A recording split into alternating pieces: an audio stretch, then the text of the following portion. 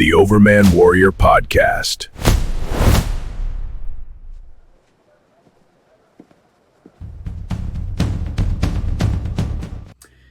Hi, Andrew Chalpin here.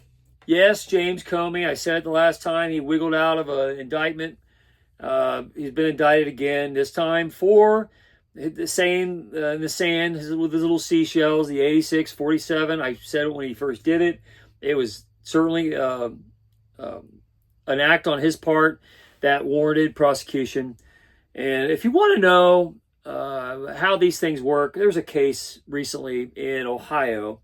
And this is how people who are very manipulative can signal other people to do things they don't do themselves, so they keep their hands clean. And as as director of the FBI, he knew how to do this. He knew he's putting out a bad signal to roughly 0.5% of the population who vote Democrat. There's always some crazy lunatics out there. And he was signaling them to go after Trump. So that's why after this crazy guy that tried to get in to kill Trump and the members of the administration at the White House Correspondents' Dinner at the Hilton in Washington, D.C., that's why the day after there was indictments for Comey. Good timing for it. The preparation had already been going on in the background. But the justification for it, the intent that the guy left the manifesto, those are the kind of people that Comey was reaching out to. And you could blame a lot of the attempted assassination attempts on him and other people who have been putting out their little seashells or talking tough. Even Eric Holder's done that about the hit harders. And Nancy Pelosi's been guilty of it. Maxine Waters has certainly been guilty of it. Chuck Schumer has certainly been guilty of it. He's called on attacks against the Supreme Court. All these guys have been getting away with it for a long time, and it's time to prosecute them for what they do. I can say that all the years to say I hated Barack Obama is probably too soft of a word. I despise that guy. I looked at him as a terrorist from the Weather Underground, created by Bill Ayers and Bernadine Dohrn and many other America-hating losers. And he was always a communist, and he was always meant to undo the United States. Hate is a light word for how I feel about Barack Obama. But let me tell you something. I didn't personally even think about it, and I never said it to anybody else. And I talked to a lot of people. Never plotted the demise of Barack Obama. The only time I ever thought anything of him is we got to get rid of him in a fair election. You got to go out, and I rallied behind Romney. And Romney couldn't get the job done. Trump felt bad about it too. Romney's like, these losers can't get it done. I'm just going to do it myself, which is what he did in 2015. But I felt the same way. I mean, I was all Mitt Romney or whoever was going to come out against Barack Obama, knock him off. McCain failed to do it. He played too nice. Barack Obama played hardball. And Democrats win. They play hardball. Then Republicans played softball, and they kept losing. And we got tired of seeing people like that lose. So... but I never participated, and I don't know anybody that ever has. Thinking about assassination tips on people you disagree with. You go to the election process. Why do you think I'm in politics? Why do you think I get involved in politics? Because I want to help make the world the way I like to see it go.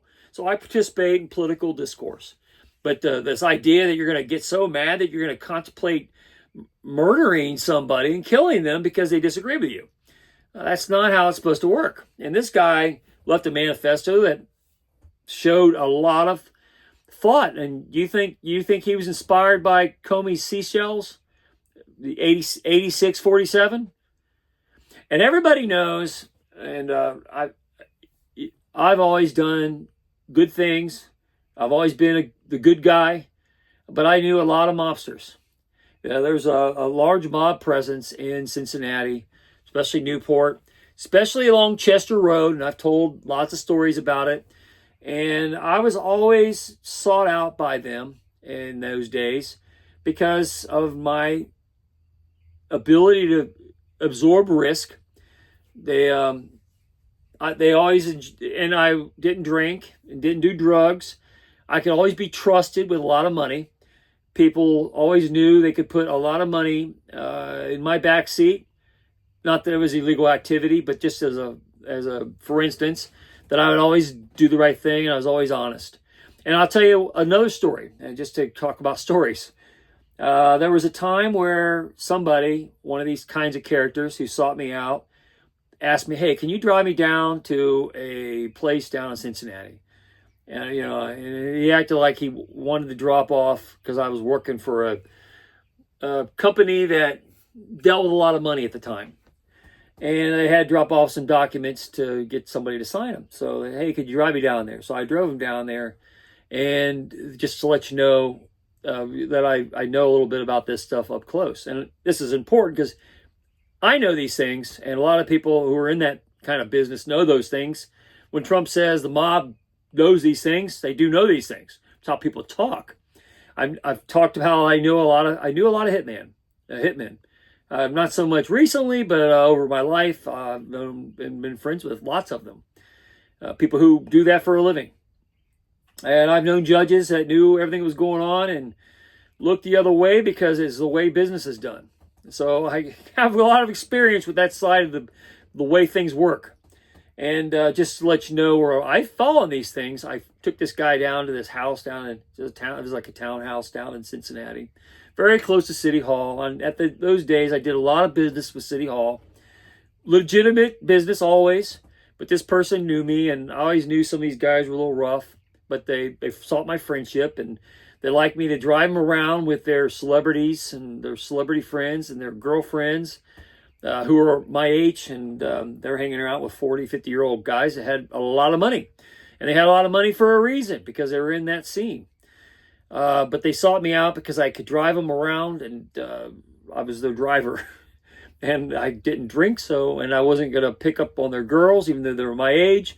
And if they left $100 bills laying around or stacks of wads of money fell out of their pocket, I gave it back to them.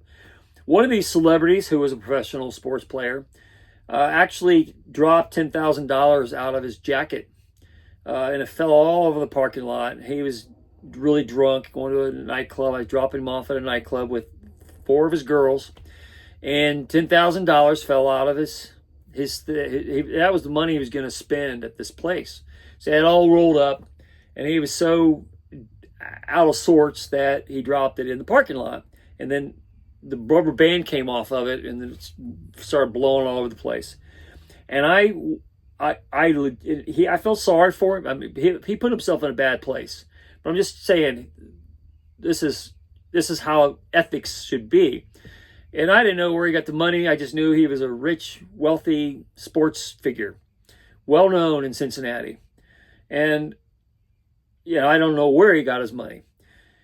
It turned out later that he was selling cocaine after he got out of sports.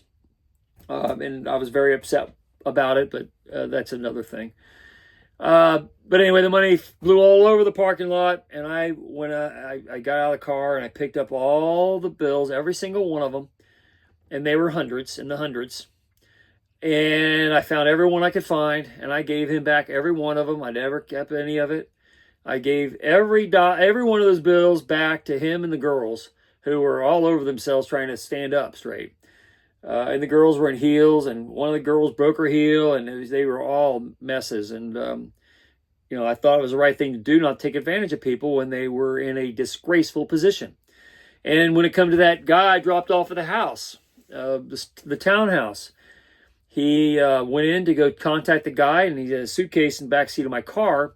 And when I drove, when people who got in my car, I had a sign clearly stating, "Do not smoke. Nobody's allowed to do anything." If people, it's kind of gross to talk about, but if they passed gas in my car, I got them out of there. I dropped them off wherever they did it, and everybody knew that was the rules of driving around in my car.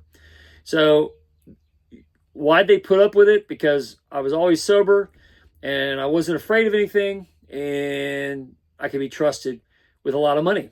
So I left the suitcase in the back of my car, and I figured it was documents of some kind. It was, who knows what it was, but it was their suitcase, and I wasn't about to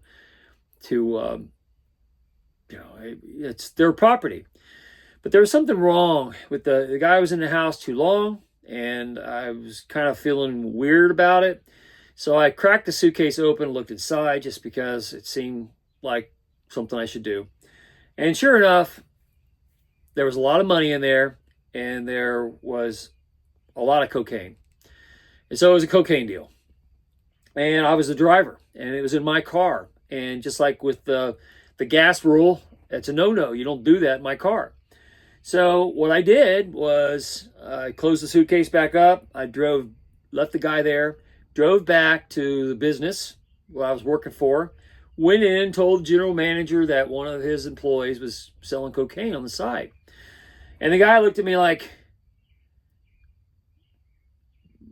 "You left him there?" And that's when I knew the guy knew. The guy knew all about it, and they were using me to drive them around and do things. So, needless to say, that caused a lot of trouble. I didn't work there very long after that. It got a little weird for quite a long time, but needless to say, I'm here, and a lot of those people are no longer around. Just to say it, I think, in a polite way. But all of those stories are to say I know a little bit about that kind of language and that kind of thinking and how they project desires on how to put out hits on people. And then they keep their own hands clean in the activity. So James Comey, from the director of FBI, would have had anybody who works in law enforcement could tell similar stories to the ones I just told. If you're interacting with those kinds of criminal elements, those type of people, then it's a common understanding. So Jim Comey knew what he was doing when he put those seashells out. And he was hoping to appeal to one of those radicals that are out there that are on the fringes. And there's so many of them that this guy who tried to attack Trump at the White House Correspondents' Dinner, this guy was easily triggered. And the same with the guy that killed Charlie Kirk. These are bad signals that people like Jim Comey put out there, and they're dangerous, and people do act on them. And that's why you don't hear much from the manifesto side. You don't see many court trials from the killer of Charlie Kirk and the attempted assassinations against Trump that have occurred previously. And God knows how many of them are out there plotting them as we speak. The bat signal, the secret signal, 8647, clear code for people who think that way. For the organized crime side, anyone who knows hitmen and those who respond to that kind of stuff are like, you want to appeal to the power brokers and Democrat politics, or brown nose their way into some power scenario, are going to get the message and run with it. And Comey knew what he was doing when he did it. That's why he's being indicted. And he needs to be indicted for a whole lot more.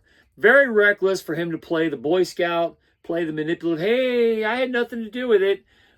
Anybody who's lived a little bit of life knows exactly how people get away with murder, literally, and why some of these judges get involved, why organized crime is allowed to exist and do what it did.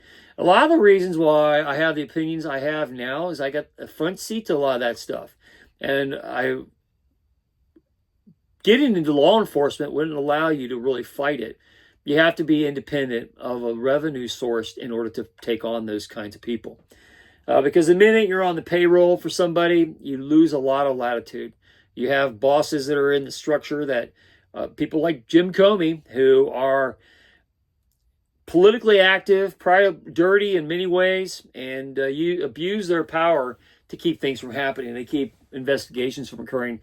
And back to the judges that knew who the mobsters were, and they knew what I did, what my roles were. They knew that they know it all. But there was no prosecutor that had the guts to go after them because they didn't want the mob to come after their families or kill their dog or vandalize their house or blow up their cars. Happened all the time. Happened all the time in Newport. It happened even along Chester Road in Sharonville, Ohio, back in those days. And it was well-known behavior. And it was well-known in Chicago. It was well-known in Cleveland, all everywhere. Mob had a very aggressive presence. And, you you're either getting played or they're playing you, or you're playing them. And when they come and they say, hey, we like you a lot. You want to drive the car with all these beautiful women in it and these celebrities, and can I trust you? You're either on the inside or the outside, and you learn a lot on the inside.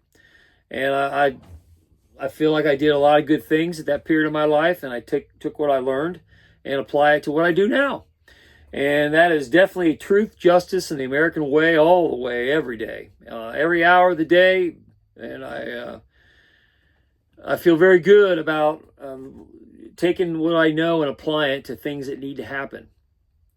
And that's one reason why early on I said, I know Jim Comey knows what that means as director of the FBI. He's put out a bat signal to put out a hit. And if you knew hitmen, which he would, because the FBI knows them, they prosecute them, they get witnesses, they make deals from those kinds of people and to out people in trial. So yeah, you get to know the personality type. And he clearly, with those seashells, was trying to activate those to do exactly what the guy did at the Hilton during the White House Correspondents' Dinner. And that's why you got to punish those guys when you find out. And so Jim Comey needs to go to jail. It's not a, I didn't know, it was an accident, I didn't mean to. We heard it all before. And when you have some experience with those kinds of scandalous characters, you know they're lying. And you can prosecute it. You just have to have the guts. And a lot of prosecutors haven't had the guts because they don't want those types of people to show up on their doorstep. But I think we're well beyond that now. And you have to fight justice with truth and honesty in every way that you can. And that's clearly what needs to happen here against Jim Comey. And that's why there's indictments, and there probably needs to be a whole lot more. That's a guy that has to go to jail because other people in law enforcement who have gone bad need to learn the lesson from what happens to Jim Comey. He needs to be prosecuted in a very embarrassing way for the way he acted against the Trump administration and the way he manipulated things behind the scenes, the way he let Hillary Clinton off the hook for one, and didn't prosecute the Wiener laptop because he knew it was on it. They all knew what the Hunter Biden laptop had on it. They didn't do anything about it. They let a lot of crimes go, get off completely. And that's kind of a mob thing to do because he knew nobody had the guts to do anything about it, and he wasn't going to put his neck out there. And if he could use that chaos to his advantage, he certainly did and would. And that's what he meant when he put 8647 out there. He meant take him eight miles out, bury him 6 feet deep, and do it to 47, the 47th president, because they were mad that he got reelected, and he wanted to get rid of him. And he put out a hit for hitmen to do so. People like that guy that attacked the Trump administration and many people at the Hilton, at the White House Correspondents' Dinner. So for that, Jim Comey needs to be prosecuted, and for many more things too. Needs to be a lot more indictments coming, many more charges. He should never see outside a jail cell again, at the very least. Anyway, Rich Hoffman here. Share, subscribe, make tomorrow a better day. If you haven't read my book, The Gunfighter's Guide to Business, I think you'll love it. Anyway, have a good day. See you later. Thank you for listening. Coming soon, The Politics of Heaven in 2027. A treasure hunt through heaven and all human history.